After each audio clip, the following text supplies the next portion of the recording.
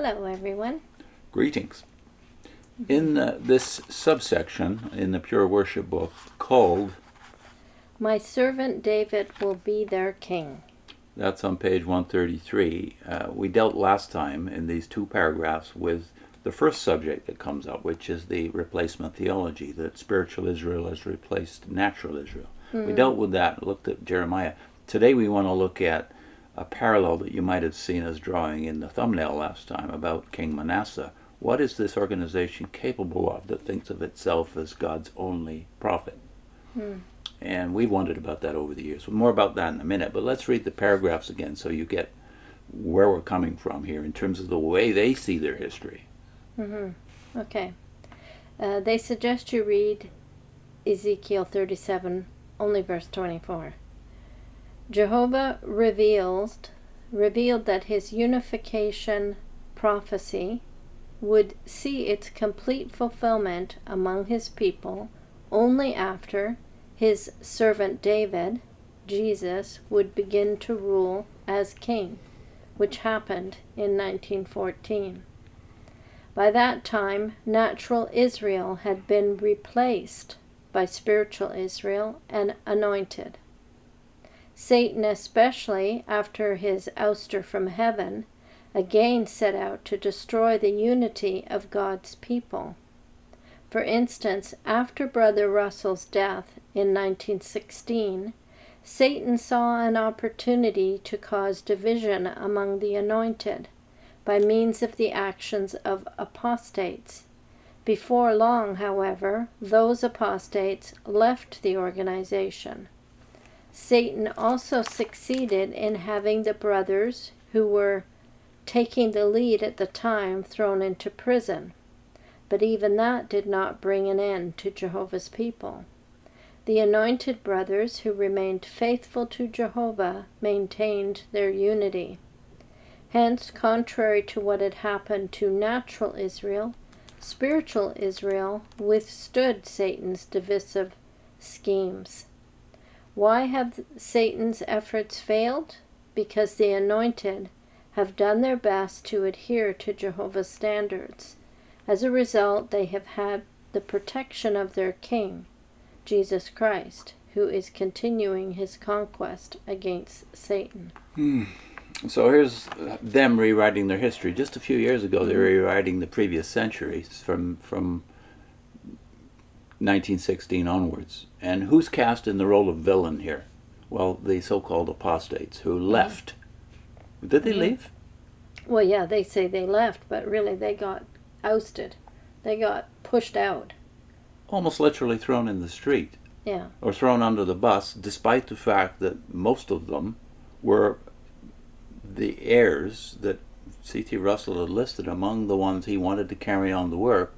Rutherford managed to get them all out because, of course, he had the legal mind and knew how to do it. Yeah. And he succeeded. So they didn't leave. They were forced out. And over the next 15 years, you could say, well, Rutherford let them leave, but he really forced them out by kicking Russell out. That's right. So that's the point, I think. They wanted to remain loyal to Russell and to Russell's ways and to Russell's teachings. And Rutherford had other things in mind. He was going to switch things up.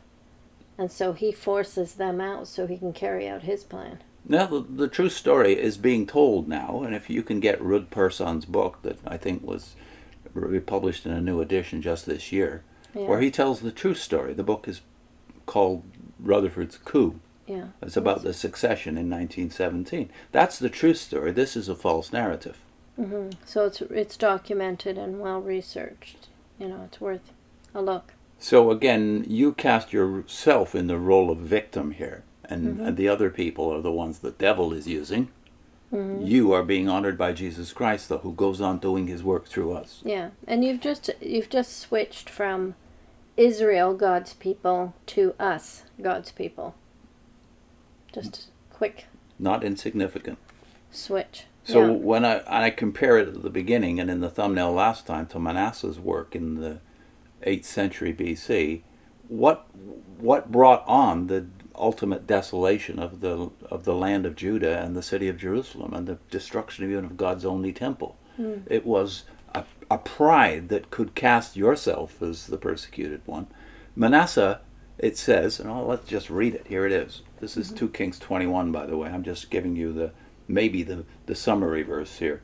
Moreover, Manasseh shed very much innocent blood till he had filled Jerusalem from one end to the other, besides the sin that he made Judah to sin, so that they did what was evil in the sight of the Lord. Well, what were his 2 great sins listed here and filled out in the rest of this chapter?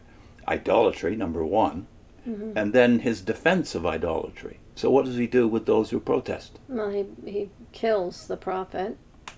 Yeah, he kills the prophets. Jerusalem is filled with blood, but it's not everybody. Most people are still following the kingdom. They're in God's organization, as they would have seen it. They're following the king. Isn't he the one put in this position by Jehovah? But who's protesting? Now, if you know Jewish tradition, you know one of the persons who died in this persecution is Isaiah. Yeah. You remember that line in Hebrews 11 where we're talking about the hall of fame of the faith in the past? It lists among the trials that God's people had to undergo being sawn asunder. Well, Jewish tradition says that's exactly what Manasseh did to the prophet Isaiah. The old man, who by this time was an old man, already served under 3 kings, he had foretold that Judah and Jerusalem are not perpetual. God's going to punish you for your idolatry and for your bloodshed. You're going to be punished. And he had foretold the tree that is the analogy for Judah and Jerusalem is going to be chopped down. Yeah. So what does Manasseh do? He puts them, according to tradition, into a tree and then cuts the tree in half. Yeah. So this Pretty reference nasty. to Manasseh filling Jerusalem, he's filling Jerusalem with the blood of the martyrs who are witnesses against the idolatry and the bloodshed. But so you wonder what this organization is capable of if they didn't have the sword of Caesar threatening them. But I do think it's interesting that Manasseh feels attacked by the prophet, the true prophet of God. And he's not the only one. Like, there's a story about Elijah and Ahab. And when he finds Elijah, he calls out to him, "You troublemaker." Troubler of Israel. Yeah, you're making all these problems for us. But he's telling the truth. It's his lack of desire to repent that caused him to think that anyone who speaks against me has to be the evil guy. He's the bad guy. Yeah. And so the treatment of witnesses who leave because they find out things, expose truth, is often the same. They're called the troublemakers. I know we're speculating here, but I remember speculating in my own mind anyway, by myself, I think. I wasn't married at the time. I was among a bunch of pioneers who were capable of saying things like, to people who didn't listen politely at the door, let's say. They would say things like, well, soon there'll be manure on the surface of the ground. They were talking about Armageddon. This was around 71, 73. Yeah. And I remember thinking to myself, well, that's not appropriate for a full-time pioneer, is it? But then I heard elders saying similar things. And I've heard them say that about people who leave. So you wonder, and again, some others are wondering too, I know, what is this organization capable of?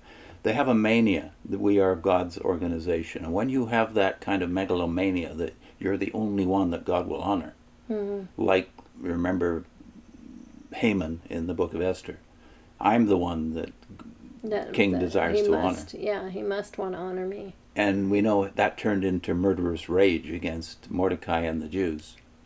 So I don't know what they're capable of, but time might tell us that they're, I hate to think of this, but are they capable of Jim Jones? Are they capable of worse than Jim Jones?